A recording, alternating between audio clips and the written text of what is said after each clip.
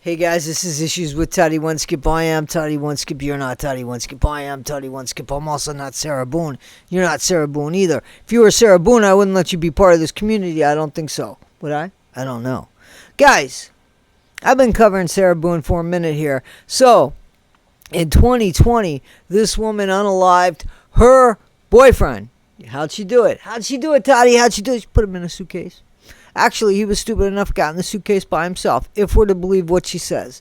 Guys, she's taken the stand finally, and she was given a plea deal. She's been through 9 lawyers. She was going to be doing this all on her own, and then she put up a sign, and somebody said, I'll take that job. And now they're in court and trying to get her off.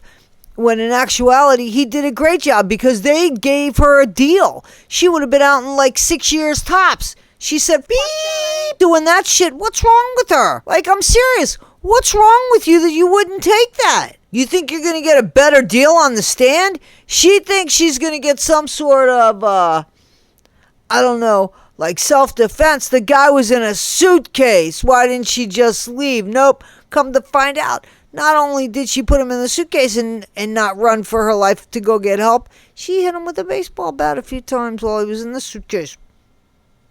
Sarahboone, and she still doesn't have the common sense to say, I'll take that deal. I'll take that deal that you're giving me with time served and be out of here 5-6 years. Nope. Sarahboone says, I am not going to be called an M-U-R-D-E-R-E-R. But you are, Sarah. You even videotaped yourself being an M-U-R-D-E-R-E-R. Guys, I would love to do this case in real time. I'd love to watch it with you guys but I can't because I work. See, I have to be asleep during the day so that I can be awake for this fun job at night, guys. So only the sentencing on the day when they say she's guilty, she's not guilty. Only those days am I going to be able to do these live because at least I could do that, once a month. But I can't do it every day of the week. So, guys, I'm asking, just bear with me.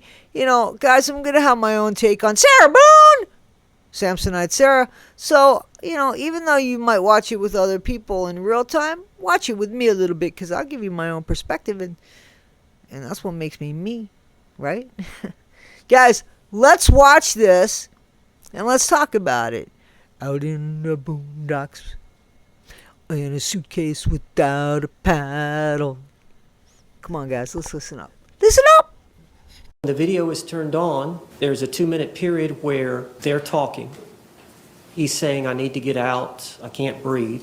She's not taking him seriously. As you've seen from the videos, I thought it was the boy crying wolf. She did not appreciate the fact that he could be actually having trouble breathing. And this was a chance for him to be heard by her about how she felt about some things involving their relationship. Mr. Attorney, did you tell her that she's not allowed to do that? See, she's not allowed to just hold people against their will because it's either called kidnapping or holding people against their will.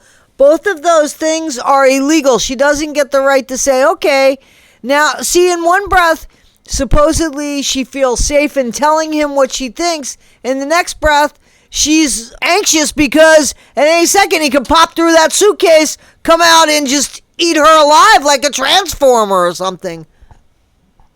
I'm confused. A short time later, the video was turned off, and then that period has been testified to by my client. And that period is uncontroverted. That's a second period of time. We've got that time for the video. We got the 11 minutes. We got the 22 seconds.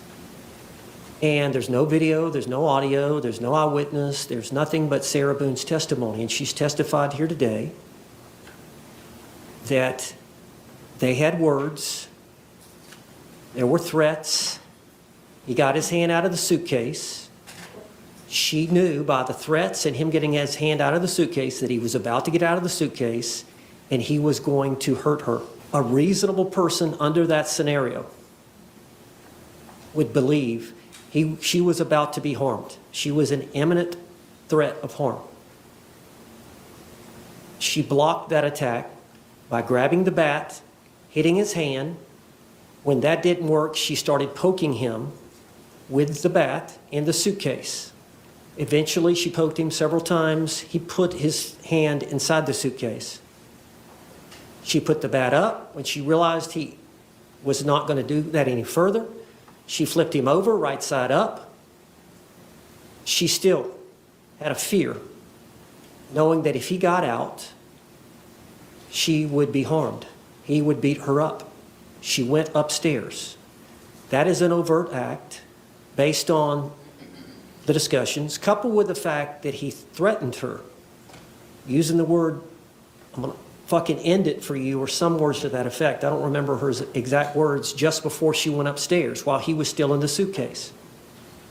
If she would have let him out, and this is a crime, now this is an event involving an omission, failure to act, failure to unzip him at that point, before she went upstairs. The failure to act, the failure to unzip, which would have let him out, which would have created a situation that she believed was imminent bodily harm to herself. And I guess I'll get a couple of examples. Let's say that a police officer is called to a scene and the only thing he hears is there is a suspect and the suspect may be armed. So of course the officer pulls out his revolver and he's walking around. Well, then eventually he finds the suspect and the suspect reaches for his waist. The officer doesn't see the gun, but the officer sees the movement to the waist. The officer fires and shoots the suspect. The officer is justified because there's an immediate threat of harm. The officer has to react instinctively. There's no time to think. Similar to the actions that Sarahboone had to take. So what this defense attorney for Sarah is saying is that, they were always intoxicated. That was kind of the lifestyle that they led. And Sarah's saying it was more George than her. It's always that way with bullshit. God knows who she turns into when she drinks alcohol, who he turns into when he drinks alcohol. They have been back and forth with the police. She was in the hospital. He stabbed her in the leg at one point, really bad. They both have had charges brought up against them from each other for domestic violence. And at this point, it just went too far. And what the defense attorney is saying is that she was so panicked that in her mind, she was in immediate danger. She was in immediate danger, kind of like when a cop goes to pull somebody over in that moment when he says, hands up, and the person doesn't put their hands up, and they go to reach, per se, to get a wallet out of their back pocket or out of their pocket, and it's one of those metal wallets, and maybe it looks like it's a gun, and in that moment, you can't really decide, what are you going to do? If you're wrong, you could lose your life. So in that panicked moment, but was there a panicked moment? Because at some point, how can it be when the defense attorney says, oh, so you felt so scared, but you felt like he could get out of the suitcase, and you felt like he was going to find his way out of the suitcase, but you were so scared that you said, okay, let him find his way out of the suitcase. It might take a little bit longer. He's already pissed off. That's what she's saying. And she goes upstairs and goes to bed. So where is the urgency to get out of there? To go upstairs and go to bed when you think he's going to get out of the suitcase? So I don't understand I don't understand where that makes any kind of sense, Another example, you're in a bar with your buddies and you've had something to drink and another group has had something to drink and one of your buddies gets into an argument with one of the buddies on the other party. And one of your friends, seeing that it's being escalated and the guy that's arguing with your buddy is aggressive, more aggressive than your buddy is. Your buddy's trying to settle the thing, but this other individual, maybe he's had too much to drink and he's more aggressive. So you go around behind this individual, and before he's able to strike your buddy, you grab him. You lock him up. That's physical restraint to block an attack. Or you grab him by the neck and you choke him. Physical restraint to block an attack. That's what she was doing with the suitcase.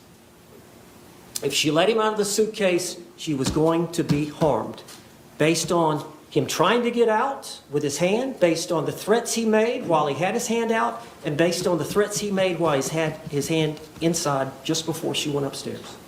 Thank you. Thank you. So you see what I'm saying, guys? It's like you can't have your cake and eat it too. She's petrified of him, so he's in the suitcase. There's no video of them arguing and fighting like that, only of him pleading for his life. So she can't have her cake and eat it too, but she's trying really hard to get that. So, you know, and how does she remember anything? How come she only has a video of him pleading for his life? We know that, yes, she beat him with a bat because we've seen that. They showed that, you know. So, and it wasn't just poking at him, it was beating him. So, like I said, they both put hands on each other. They're both totally intoxicated. That's the way that they lived their lives. They weren't functional fuck-ups in any way, shape, or form. They were just fucked up. And they were fuck-ups in the way that they drank alcohol. And look at what it cost George. And look at what it's costing Sarah. You know, it's hard to feel sorry for them. But in reality, it's hard to believe that they really understood what was going on while it was going on, with the exception of George, who was probably very sober as he was taking his last breath. Sarah didn't know. She definitely thought when she woke up she was going to find George in the morning and everything was going to be fine. Not the case.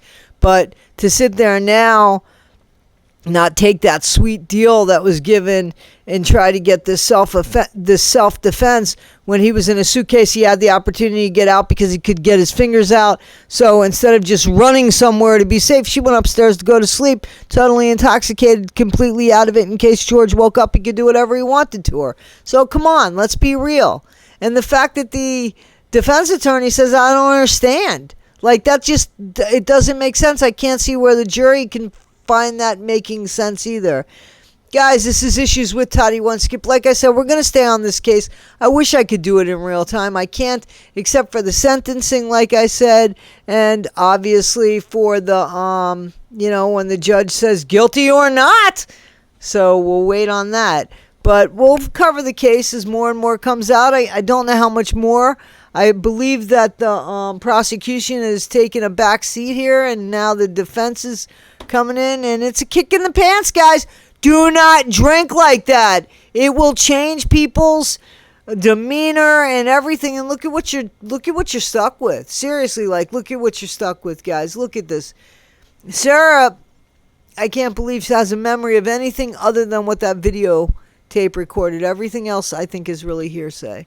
All right, guys, this is Issues with Toddy One Skip. I am Toddy One Skip. As always, thank you so much. Please like, subscribe, and share. Guys, this close to 15,000. Can't believe it. But we're going to get there.